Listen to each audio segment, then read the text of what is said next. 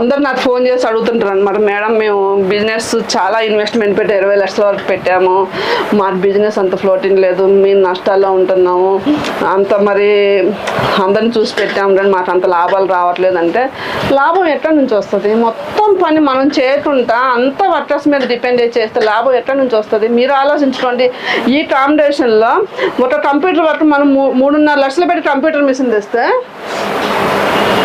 3.5 లక్షలు పెట్టి computer machine తెస్తే కస్టమర్ వచ్చేసి 300 చేస్తావా వర్క్ 400 చేస్తావా అంటారు. అదేంటి అంటే మీషోలో దొరుకుతుంది, విత్ క్లాత్తో 400 కూడా దొరుకుతుంది, 400లో 300లో 500లో దొరుకుతాయి వర్కులు. అలాంటప్పుడు మనం ఎక్కువ రేట్ మార్కెట్ అనేది ఓపెన్ అయిపోయింది, మార్కెటింగ్ అందరికీ తెలిసిపోయింది, మనం ఎక్కువ లాభాలు ఎలా తీయగలుగుతాం అంటే ఇది లాభాలు రాకుండా బిజినెస్ చేయాలా మేడం అని మీకు డౌట్ ఉంటుంది.